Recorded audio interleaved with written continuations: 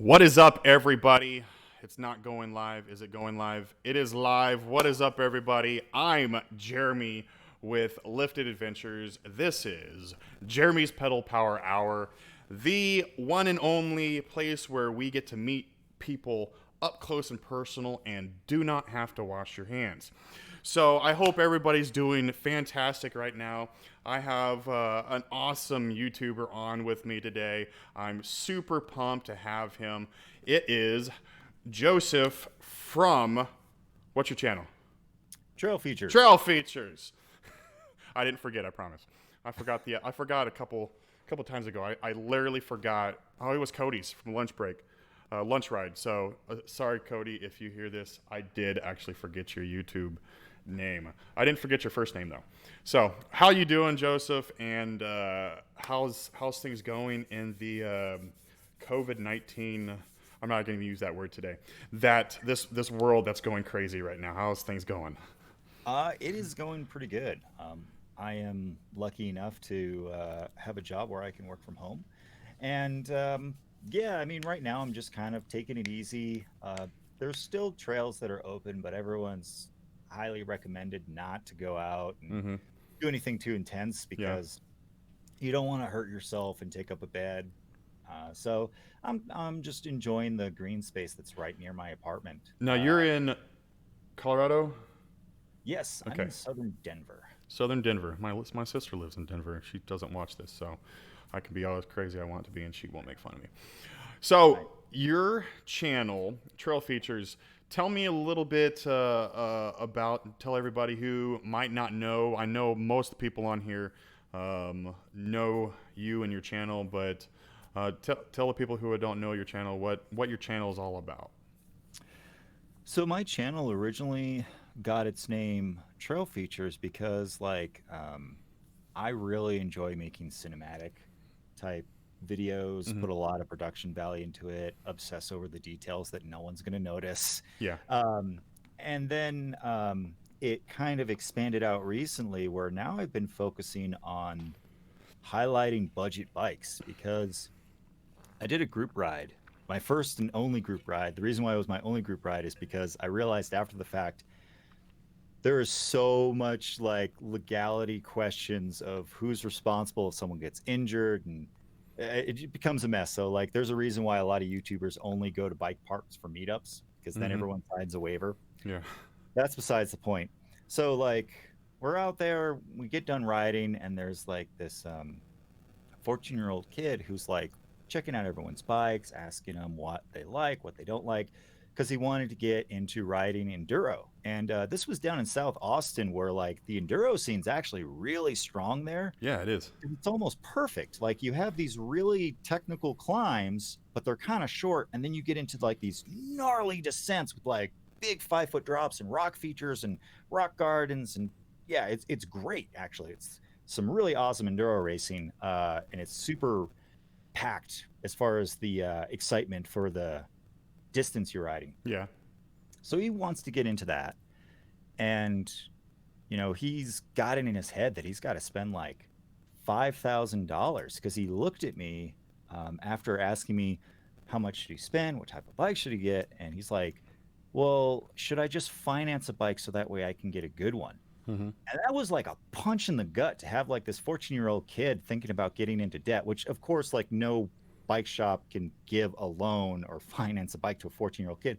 But Hmm. it was just that mindset that like, he had to get into debt just to ride. I'm like, no, I've been to those enduro races. I've seen kids ride it on hardtails. I've seen Yep. grown-ups ride it on hardtails. It's, you know, just enjoy it for what it is. And that was when I became obsessed about like starting to focus more and more on value stuff. Like I was talking earlier with you, I love bargain hunting.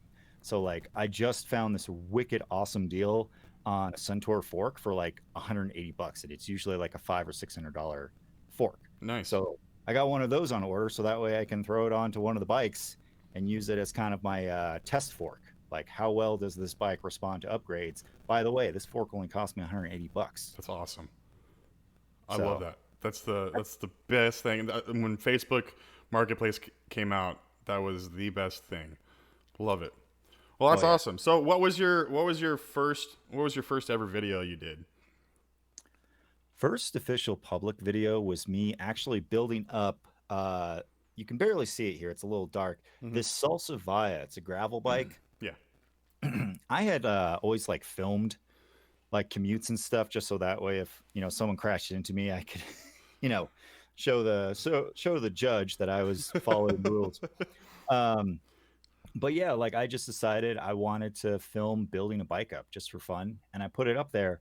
And at first, it didn't get any views, and then after a while, the algorithm found it, and like I started getting a few comments, and I was like, oh, okay, this is kind of cool. And then the second video that I did that actually really took off was when I got a Yeti. I of went and course. bought like a Yeti SB5 Plus, which of course there was a couple of years there where all you need to do is just put Yeti in a title and it would Yeah, get like a yeah. thousand Well, views. it still kind of does. Kind of. I think that Not as big as that it fad was, but passed. yeah. But yeah, like I did a review on that, and I think that was when like I started picking up a little bit of speed, and then it just Okay, kind of went from there. that's awesome. Well, before we get really deep into this, everybody, I want to explain what this is. This is Jeremy's Pedal Power Hour, where I interview a YouTuber who specifies in mountain biking. And you guys get to ask the questions. I love it when everybody's asking all the questions. I don't get any of my questions in. That's the whole point of this. So, as you think of an idea or a question, it can be anything, almost anything. There are certain things I will not ask, but think of something, think of a question, and type it out in the comments. And if I'm talking, I'll cut myself off and ask those questions. If Joseph's talking, obviously I'll let him finish and then go to that. So before we fully get into this, Joseph, just like everybody at every start, you have to say, you have to. There's no joke. There's no choice other than it. But you have to say Jeremy's pedal power 5 times as fast as you can say it. Okay, it helps that the text is right there. Yeah, So it let's does, see. doesn't it? Jeremy's Pedal Power Hour, Jeremy's Pedal Power Hour, Jeremy's Pedal Power Hour, Jeremy's Pedal Power Hour, Jeremy's Pedal Power Hour. Oh God.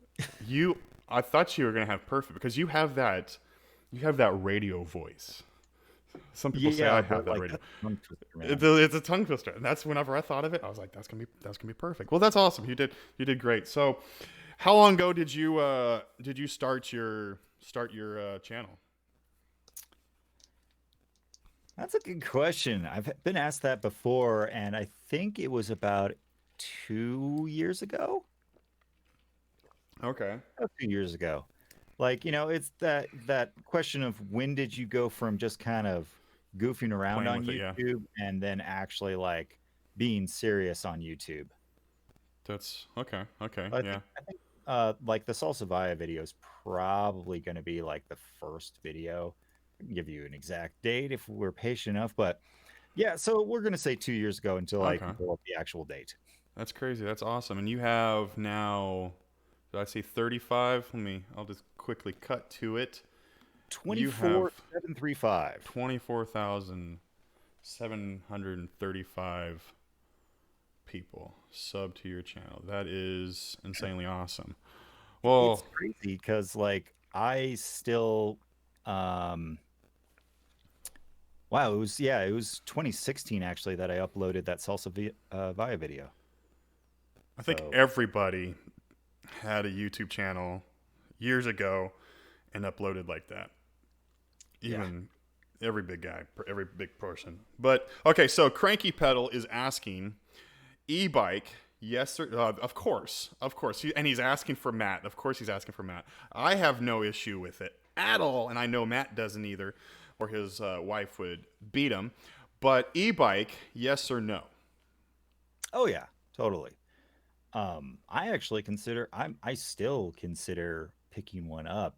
Um, when I for those that like had been following me on Instagram, you know that this past summer, like I had this big heart scare, and it turned out to be nothing major, Yeah. thankfully. But there was like a lot of question marks there while they were running tests, and like I was like, oh crap, because they told me don't. don't push yourself. Don't ride by yourself. Definitely don't push yourself. And I was like, crap, I really like mountain biking. I don't know if I can give this up. So like I started really researching e-bikes and started thinking like, all right, if I sell all my bikes, I can get like one good e-bike, which I fully admit that they're stupid expensive if you want to get like an enduro or an all mountain Yeah. full suspension bike. But yeah, no, totally. I think they're awesome. I still want to give one a try. I haven't tried one yet, but I think they're cool. I understand that there's a lot of Hey, nuance yeah, yeah, behind yeah, them, yeah. whether or not you can ride them on trails, what trails, where, Mm-hmm. the fact that they're a poster boy for uh, land access issues. Yeah. So it's tricky. Workhorse MTB says budget e-bike question mark. I guess he's saying what would you say? Well, first off, would you suggest a budget e-bike, or would you suggest I mean, go all out on e-bikes? Do you think you need to have a go all out battery and everything, or what? So I will fully admit that e-bikes are really expensive right now, and there are some more budget-oriented ones, but like the ones I'm not an expert on this, Yeah. but from my limited research, yeah, like when you go for a budget Yeah. mountain e-bike, the components just get so It's basically like going to Walmart, I guess you could say. yeah. I wouldn't do it. I mean, Workhorse is kind of saying it was more of a joke Oh yeah, it question, was more kind of a of quote tying joke. into the fact that I do budget, but like it's a good question because it It is a is good tricky question. right now. Because, you get these new mountain bikers, and e-bikes are a huge thing right now. And the I don't know if Walmart has one right now, but they bring one out. I think they don't know if it's gonna be good or not. Do they? I think they do, but like, man, that only take that thing on like footpaths, like very smooth footpaths, because the electric motor and battery add so much cost that like the margins are so thin. Yeah. Anytime, like when you get under a certain price point, which usually is about $1,000, it Mm-hmm. starts to become a game of margins, Yep. and they're taking dollars and pennies from here, moving it there, Mm-hmm. trying to get the right mix. And the smaller the price tag is, the tighter they gotta be.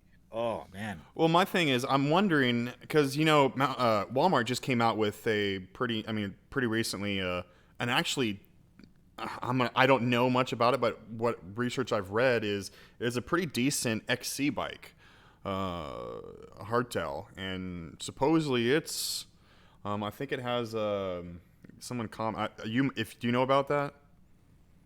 Is it the Schwinn It's not a Schwinn. Action? It's a brand. It's Walmart's brand. Um, Oh, so like they're kind of direct to order thing. yes. Yeah, like they don't carry it in the store, but like No. it's a brand that's already existing, but like they brought them in-house, which is Yes. weird, like because you can't buy it in the store, Yeah. but they sell it through Walmart. It's Yeah, it's yeah, really yeah. Well, okay, so it's $2,000 bike. It's on the that could be counted, on a in a bike world that could be counted a medium budget, maybe, I don't know, yeah. but I'm wondering if they're okay. What is he saying? Viathon. That's right. It's a Viathon. I'm wondering if they're getting more smart because they've been knocked on so hard for their crappy bikes. I'm wondering if they're getting a little more smart. I think your mouse. No, wait, it's over here. There it is. Is my mouse? Your mouse Oh, it pointer is is. like It hanging is. out. There it is, right there. Yeah, I just realized that. I was like, oh, Oh, that's sorry, that was hilarious. distracting me. What's your question again? Oh man, I don't even know. I normally try to keep that out of the way. I'm gonna do that again. That is hilarious. Let's see if I can go up your nose. Oh Boop. no. There we go. Okay, that's enough of that. So let's see. We got some more questions. Matt asks, could someone be totally happy with the Schwinn you built?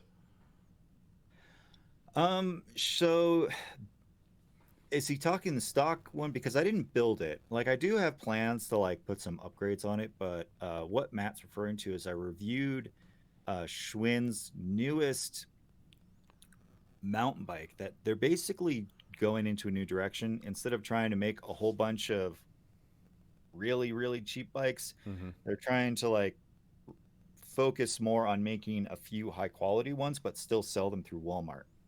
That's right. And Okay.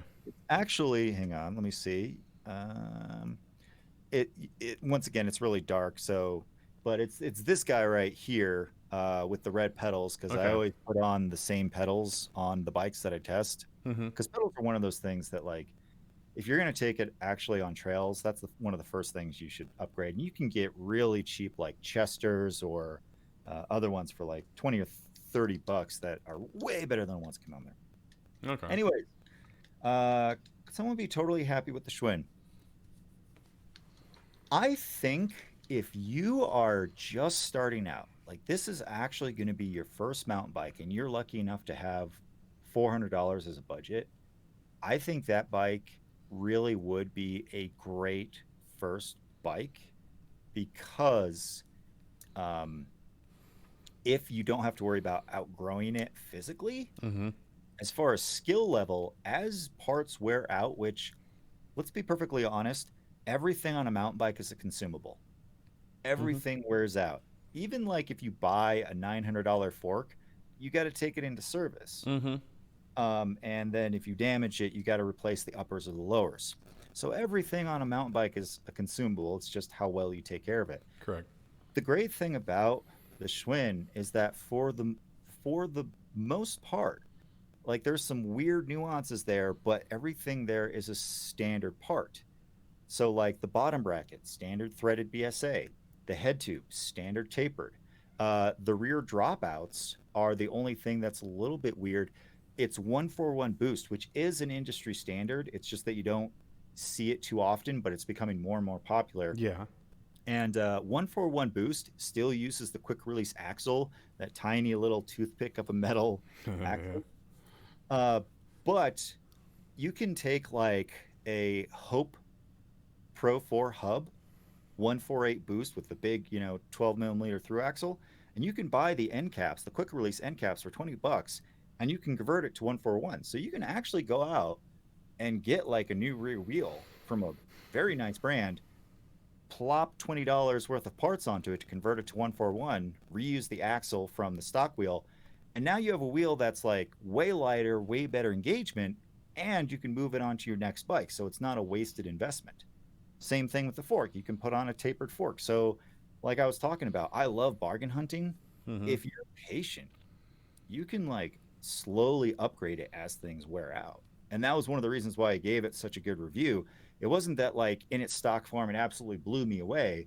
It was such a huge step forward for them Yeah. and implications of like someone could buy this bike and legitimately ride it for 5 years and not have to worry about all the money they're putting into it being a waste because when they finally do move up to a more aggressive bike, 90% of those parts transfer right over. Interesting. So that's a From a long way to say yes. I from a think people are going Walmart to be bike. happy with it. That's insanely I'm a awesome. Walmart bike. They sent that to you, didn't they? They did. I will be donating it to a local bike co-op once this whole COVID thing uh, goes away. I also have a plan for the GT that I got sent. I I get to keep the bikes, but I don't like keeping them because like after a while I have too many bikes, and Yeah. also like if they're just sitting there doing nothing, it's a waste of a bike. I understand. So once I'm done with them, I try to find new homes for them. So the N+1 is not a necessity for you. No, I understand it, but like I also have a girlfriend that lives with me, and we're looking at buying a house, and like there are very strict rules on where the bikes can and not be. Yeah, yeah. I understand. Now, I don't know if everybody noticed this, but a second ago you lifted your hat off. I talked to you the other day about it. I don't know if you posted this in your on your channel yet, but you have no hair now. Well, Uh, I mean, like the no hair thing has been a slow progression over the yes, past 10 but years. you But have completely buzzed it to the point of no return now. yeah, I went full 2008 Britney, or was it It's, 2000? What year did Britney I lose don't herself? even, I don't know because she did it and then Megan Fox did it and Yeah. Megan Fox was just not going crazy. Well, she was crazy, but whatever. That's insane, dude. So yes, is it refreshing as they say it is?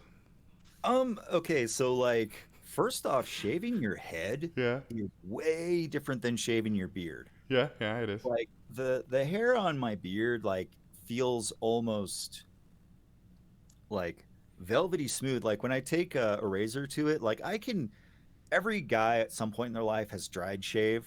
Like I used to do it for a while, but I realized that just tears your skin Oh, up, it so I stopped hurts. doing it. But yeah, like you can dry shave with your head. Uh-uh. There's like it's so packed Nope. together and like so thick Mm-hmm. that like even going with the grain, it was like dragging. Like I could feel And every little and follicle you in the have blade. to you have to get so much. I shaved my head for uh, a play I was in when I was younger in college, and that hurts, dude. You'd miss one, and you're like, oh, okay, I'll just get it and just hit it. Nope, Oh yeah. nope.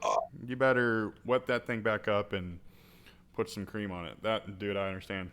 That's cool, dude. Well, you need to gain some muscle, a little bit more muscle, and you will Yeah. be Mr. Clean. Um, That or so Jerry Riggs Everything. You ever watch that channel? Jerry rigs everything. No. So he's got like the Mr. Clean look, and he has this most soothing voice. And he takes apart cell phones. Like that's his thing. I'll So, like he'll do cell phone teardowns and torture tests. Um, Definitely look him up if you've never seen him. check them out. But yeah, Something like good he to has listen that to look. while He's I'm like, trying to fall asleep. yeah, what's that? Something I can listen to while I'm trying to fall asleep if it's soothing voice. Oh yeah, like minor scratches at 4 with deeper grooves at 8. You'll get the reference once you That's watch it. awesome. Cranky Pedal asks backpack. I just did the. I don't know. Did you hear that? I just did that. And I hate it when people do that. Cranky Pedal says backpack or lumbar pack. I usually ride a couple hours. Which do you prefer? Oh man, that is a loaded question because it depends on what I'm doing.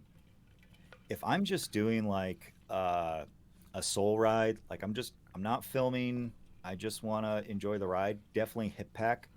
When Mm-hmm. I'm going to the park and I can leave extra camera gear in the car, Yeah. hip pack also. And I'll usually just like have my GoPro chin mount because I wear a full face. Yeah. And if I'm going out shooting, I actually have multiple backpacks. So I have, hang on, give you guys kind of Do a it. little, what's in my Do pack? it. I wish I had music. All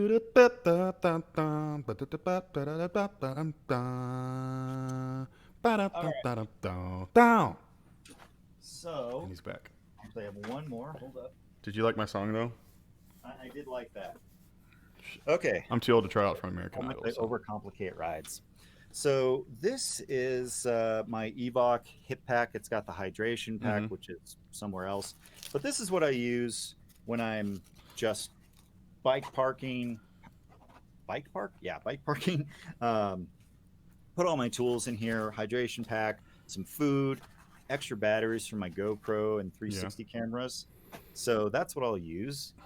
If I'm going on longer rides or I need to bring more camera gear, I Mm-hmm. actually have this. Who makes this? This is called, oh yeah, Mind Shift.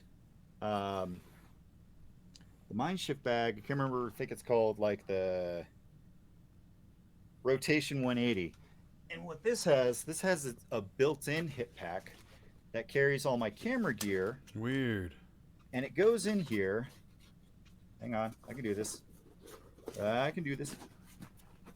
So it goes in there, and then you put this on. You like have to belt it onto you, but Yeah. then this little magnetic thing releases, and then you can pull this around to the front like a fanny Whoa. pack, and then you can like grab your gear, and then you slide it back in, and then you can carry on. And this That's is what I like. ingenious. What's that? That's ingenious. That's perfect. Oh, I love this. Like one of my buddies, Paul, not Paul the puncher, but like a friend that I grew up with in New Hampshire. He's a professional photographer, and when Yeah. I saw him use that, I was like, "That is the most amazing thing. Where do I get one and how much? I don't care how much. Just tell me where to get it." And so, yeah, that's Whoa. what I use Say that about again for everybody watching, and actually just for me because I want to get that. the Mind Shift Rotation 180. Mind shift rotation 180. Yeah. That is amazing. And then if I'm doing a big shoot where I'm bringing out like all the toys, Yeah. I use the f-stop bag that has a proper camera Mm-hmm. uh, camera bag. I think it's like an ICE integrated camera equipment, something like that. Anyways, so all the pockets for all my different gear, and then tons of space, and it also has a hydration pack. So a lot of that stuff I got on sale or got used, like the f-stop bag. I bought that from my buddy Paul. The Evoc was on sale. Like I said, I'm a bargain hunter. Like it if it's like something I know for a fact will fix a big problem and it'll pay off itself, I'll pay full price for it. But if I don't need it right away, I'll Yeah. try to find it used or on Yeah. Yeah. sale. Well, you're also in a good part of the country that you can probably find a lot of mountain biking stuff. Here in Florida, we don't. You get a lot of hit packs, and if that, so that's crazy. That's awesome. Yeah, I don't mind hip packs. I think a lot of people That's all I wear. it is a hate or love thing. Mm-hmm. Wow, I'm all over myself with words. It's a love or hate thing because like I can understand how some people hate them because with the hydration in there, like that thing will bounce around. Yeah. Yeah. But So, compared to my freaking f-stop bag with like 35 pounds of gear, I don't oof. even feel the hip pack. Oh, that you see, I started with the Camelback from the from the early 2000s, and that just got too heavy when I'd carry stuff. But now, I mean, obviously, with the water hydration in that hip pack, I have another Camelback, but it's a hip pack one. I have my couple of my batteries. You're one of those channels that you bring multiple cameras. I'm just doing POV, but that's cool. You know what's funny though? I've been paring down my camera equipment Yeah. because I've realized like you get um anxiety. Like what's the term when like you have too many options that you can't make a decision? There's like this Too Willie many real options, you can't make a decision. yeah, like I don't know a word. no, it's like a phrase, but basically for me, like I used to bring so much gear that I would sit there and be like, "Oh, how should I film this?" And then the moment would pass. And now I try to bring as few options as possible Mm-hmm. because like if you saw Bigfoot and you only had a Motorola Razor from like the early 2000s with that potato camera on it, would Yeah. you be like, "Oh, I'm not going to take a photo of it because all I have is this camera"? No, you're going to take the photo because it's Bigfoot. Mm-hmm. Um, so it's that, use the camera you got. That's hilarious. I haven't seen Bigfoot yet, so we'll see. Um, Shut Up and Ride asks, what are the most valuable social media avenues to promote your YouTube channel? YouTube. YouTube. Oh, you check me out on the YouTubes. Um, You know what? I really feel like Instagram is kind of the unofficial, official mountain bike social media platform Yeah. because it's very visual what we do. Like you want to show off your cool cranks, the new trick, or that sweet location you're Yeah. in. Twitter, there's so much going on. I know that there are some people that have good Twitter platforms, but Instagram just seems to be where everyone's at. Yeah. I just can't. I keep forgetting, like, just constantly. And I'll be driving home, and I'm like, crap, I was supposed to record something or do something or take a picture. I can't do it. I don't even know how many followers I have on Instagram. It's nothing. Probably means that you're enjoying the ride more than the rest of I us. am. I'm totally enjoying the ride.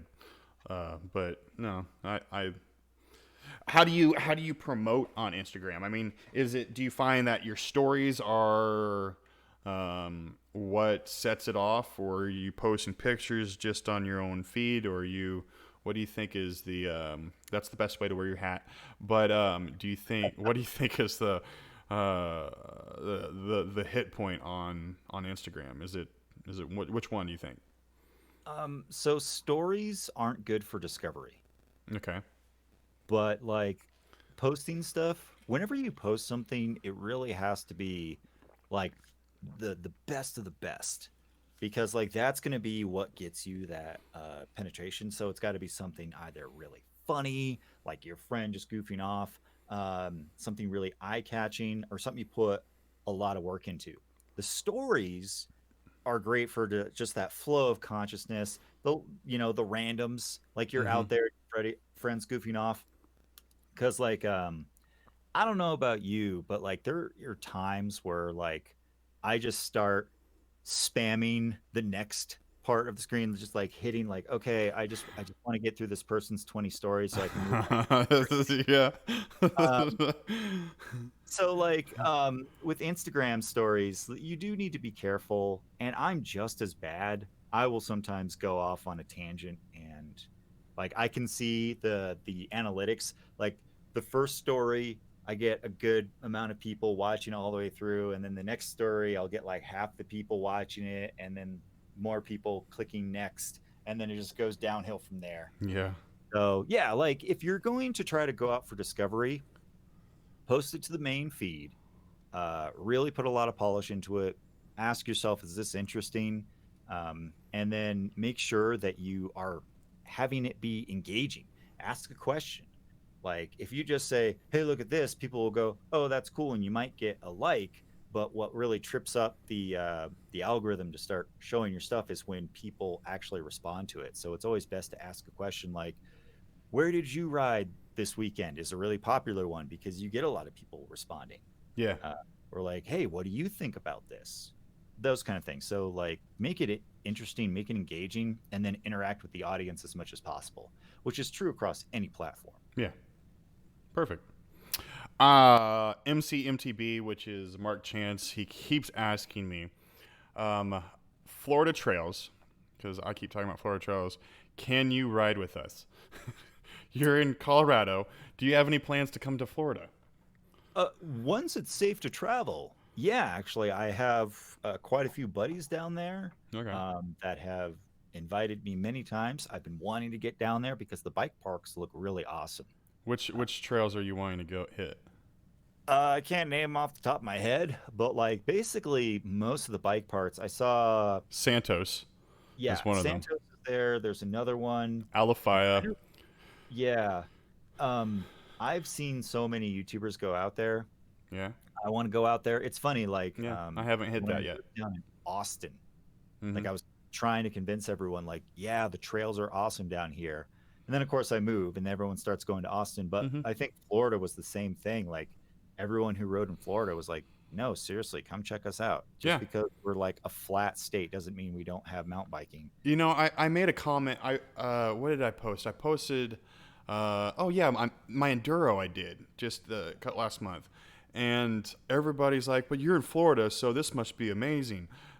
You're just flat. That's all you get." And I'm like, "No, no, you don't understand. There is some elevation. You know, it's not stinking mountains, and you're not going to cruise for downhill for miles, but we do with what we have. So do the best with it. That's I awesome. mean, I think that's some of the best trails because you got to get really, really creative with that 20 Mm-hmm. feet of elevation. Yeah, you do.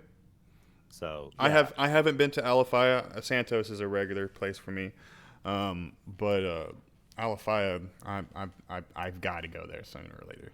Just amazing. But all right, Coast. So Workhorse MTB, Workhorse. We're both having word problems today.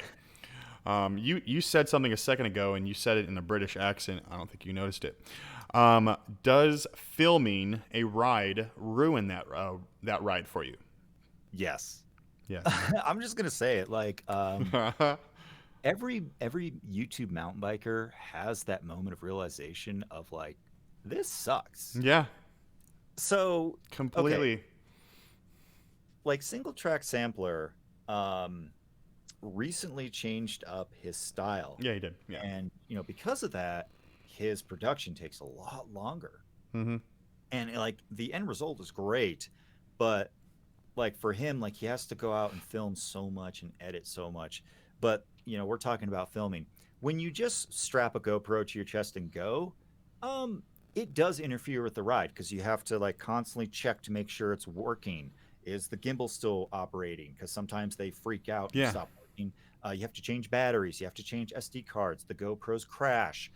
You have to like tell your buddies, "Oh, hang on, can you do that again so I can film?" Yeah. Like, that's kind of at the beginning of the Or spectrum. hang on, my battery just died, like you just Yeah. said. Yeah. Or you just look like a goober with like this huge thing hanging off your chest Yeah. everywhere, and like, "What's up, YouTube?" I'm not picking on Robert because we all do it.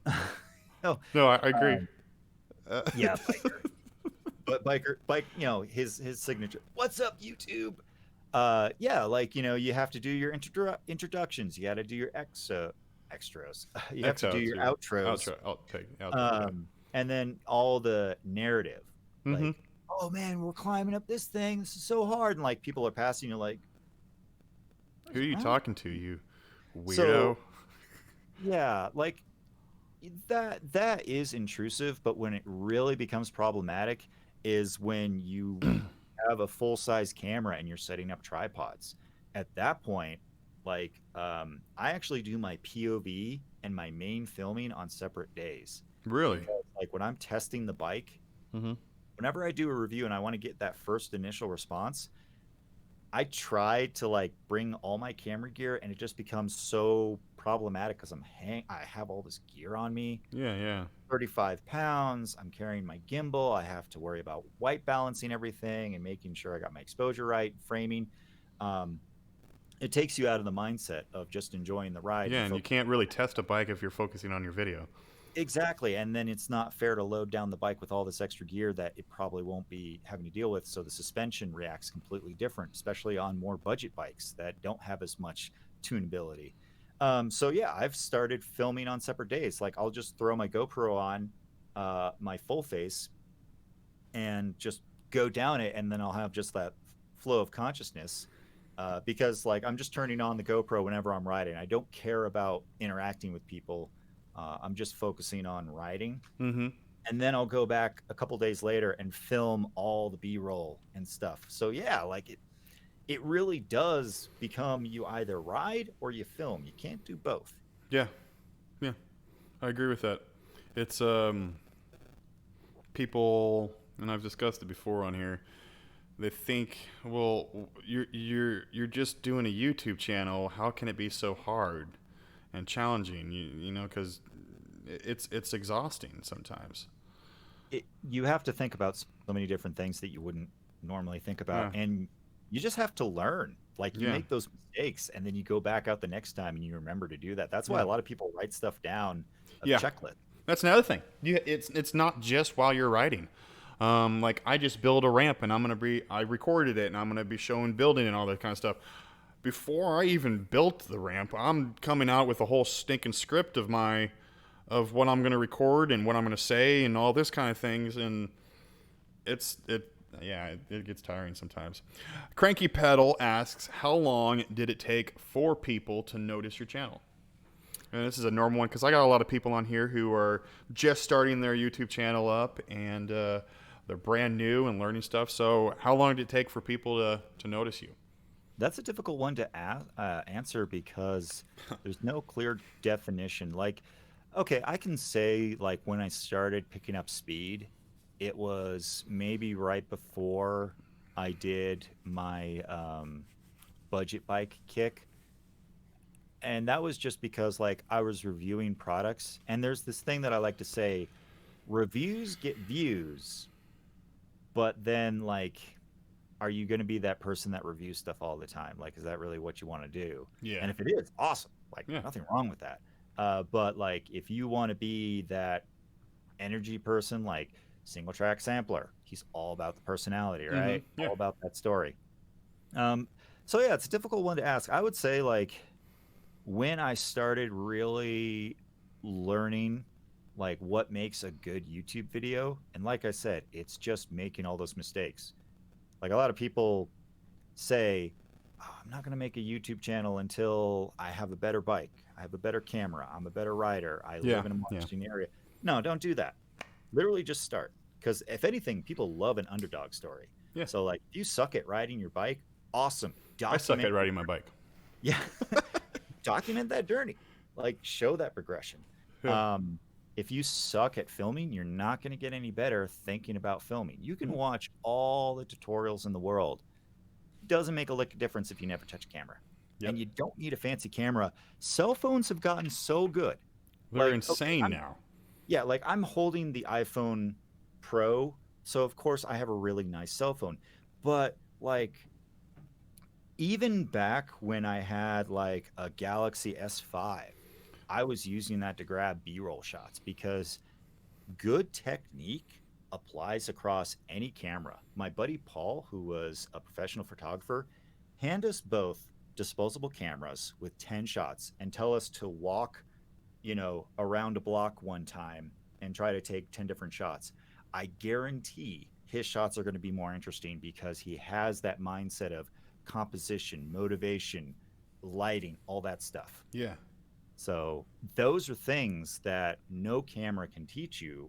You have to learn how to do it. And then it's a skill that transfers across anything. That's insane. So, That's a cool practice. Just yeah. that's that's hard to that's hard to do. I mean, it's just getting out there and doing it. So going back to the question, like, Yeah. when did my channel really start taking off? I can't really point to a individual spot. It did blow up when I switched to budget, but that was just because I think that I was lucky enough where like I caught that initial wave because Kev Central was starting to really focus on budget bikes, and like he does big bike reviews for like Walmart and Target and all that stuff. Mm-hmm. Uh, I don't really focus on those that much because, first off, he's such a subject matter expert. He knows how to get in that mindset of like what the average Joe who's really starting out will look at. For me, like the Schwinn Axum is probably the most affordable bike that I'll review. I like to stay more in like the 600 to $1,500 for hardtails, and then for full suspension from like $2,000 to like $3,000. Going from budget value. Mm-hmm. Yeah. That's awesome. And you've kind of found your niche. So you think it was like when you found your. Would you say that's your niche? I would say so because like there was a passion there. Like it wasn't because like, oh, check out this fad. Like I said, it was when that 14-year-old kid told me he wanted to like get into debt to start riding, and Yeah. I was like, oh God, what are we doing? Like as content creators, like what are we doing? Do we realize like the message we're sending? Um, because like, hang on, there is something that depending on how they take it, I have these stickers here, hashtag ad, and I've started putting it on all of the stuff. Like you can see the Wheels Manufacturing headset press. I have one on there. Like there are things that even I buy that I put this on because everything I put in front of a camera, it's an ad for it. Like, oh, I have this really nice Apple iPhone that's great at filming. This is awesome. Oh, that's hilarious. Yeah. That's perfect. So I mean, like, that's the thing that I try to remind everyone is like Yeah. find something you're passionate about, and if it's like backyard trail builder, not that great of a writer, and he'll fully admit it. Oh yeah. But he loves building stuff, and you can tell, and he loves making music, and he puts it in there. Um, is he like Kanye West with his beats? No, but they're really awesome, and it's really awesome that he's like putting that much effort Yeah, into it. he's And you pretty can humble tell. about that. He thinks he's not that good at making music. Oh, He's dude, I've he's rocked out those legit. albums. He's So, like, legit.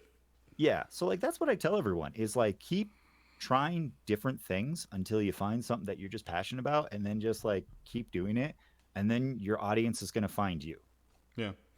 So um in your channel from the start to now, what have you? What's the biggest thing that you've probably learned since we got a lot of new people on here who have new channels? What's your biggest thing that you've learned over the past 2 years of your channel, progressing from nothing to what it is now?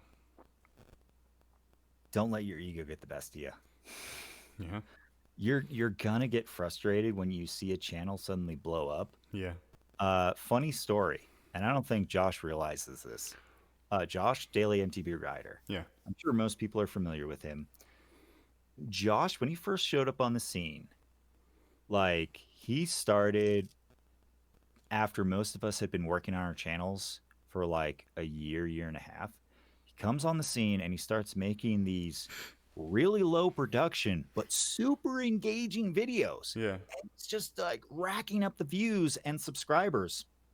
And like a lot of us content creators talk in the background over Instagram and everything. And like, I asked him, like, what kind of tags are you putting on? Like, I'm getting super technical. Like, what Yeah. tags are you using to get the metadata and SEO? And he's like, you can tag videos?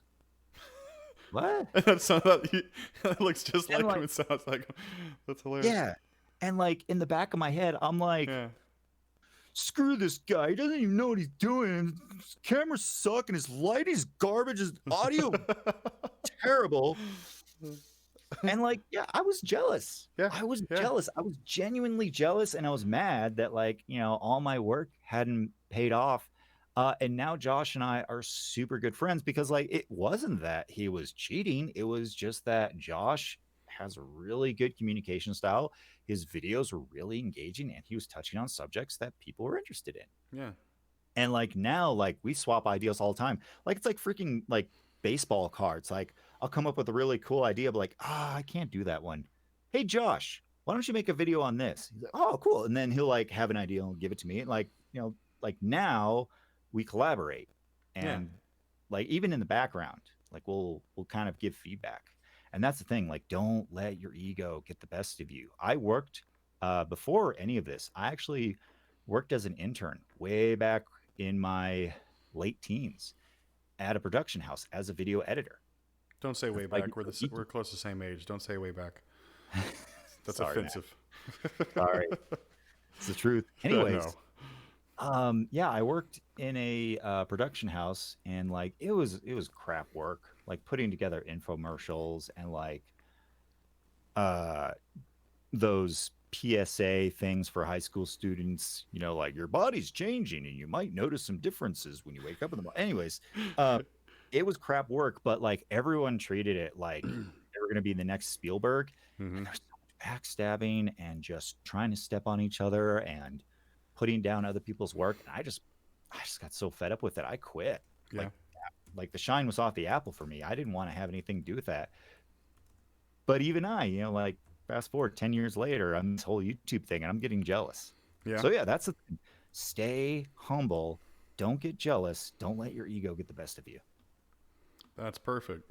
Because it's super easy to do that, and you're wondering why are you not doing it, and Yeah, just it's not your time yet. it's not time.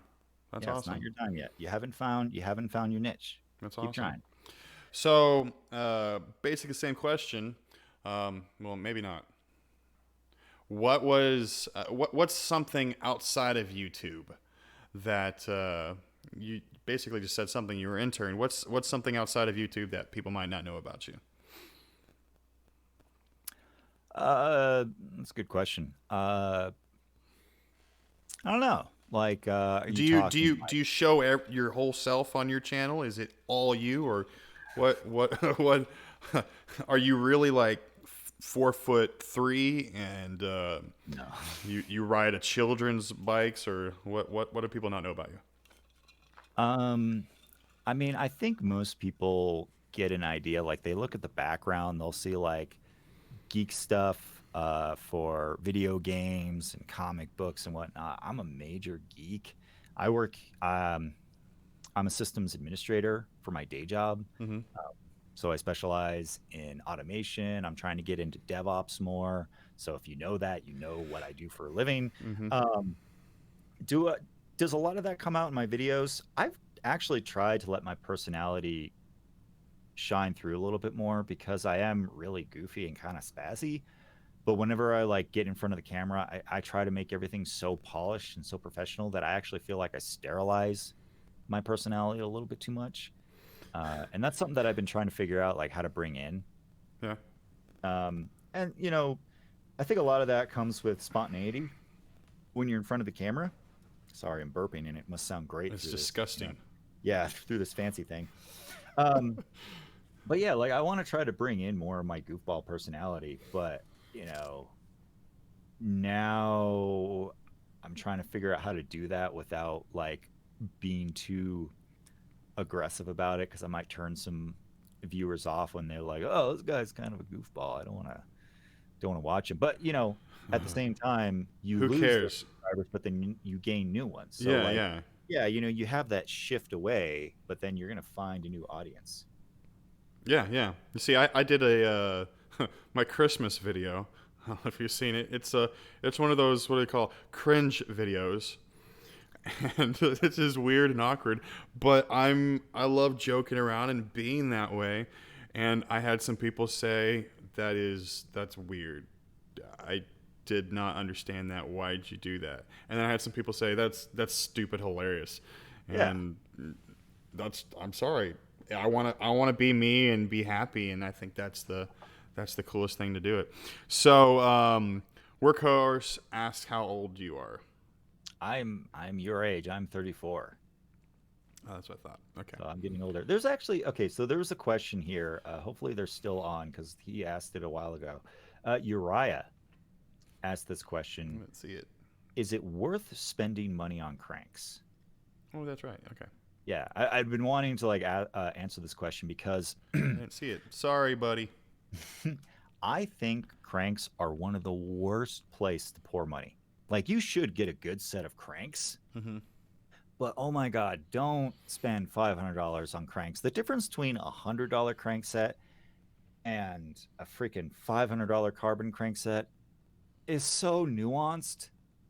You're only going to notice it if you're like putting down 800 watts of power and you're a super hardcore, like in the gnar downhiller.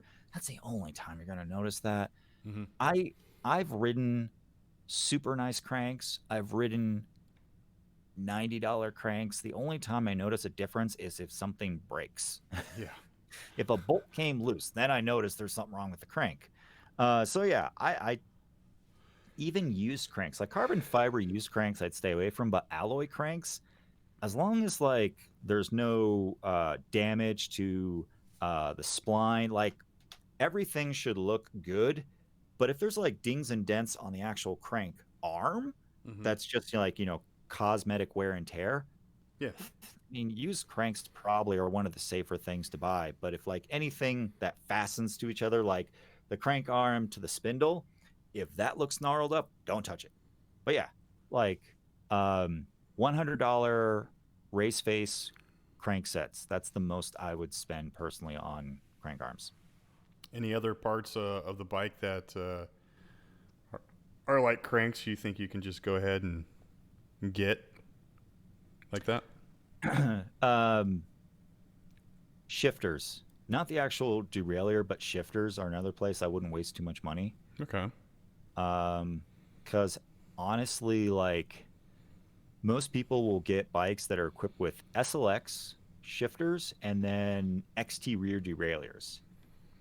But quite honestly, you can get like SLX shifter derailleur and then get an XT cassette because Okay. like it's lighter and the shifting is better. Yeah. Your cassette has more to do with the crispness of your shifting than anything else. Like, Uh, okay, we're gonna move on now. I cut you off. I'm sorry. Getting any new GTS to review? uh, not yet. I was actually talking with some of my contacts at GT because I thought I had seen a new bike and they Yeah. said that's not the one that we were actually releasing to the US. Huh. They came out with a new bike for the European market, but the geometry was something that they were kind of playing around with. They weren't too happy, so they're just keeping it in the UK. It sounds like so it's more of a regional bike, and then they're working on like a better bike to bring to the US next year. So nothing yet. Um, I'm really excited for GT. I think they're a brand that's really starting to bring themselves back to life. They were they were kind of touch and go there for a while. Yeah. They were a step above Walmart bikes, to be honest. I've never really. when did they start really getting in? Because I've only been in. I mean, I've only been back in mountain biking for 2.5 years. When did they start getting back into? When were they bad? I mean, my first mountain bike when I started getting back into it, stupidly, was a 1999 GT. What is it, XTR 3000 or something like that? Yeah, I'm And not that familiar with was, that one, but like in the late 90s, GT was it. Like it was yeah, that Cannondale. Schwinn was actually, funny enough, pretty decent back then. yeah.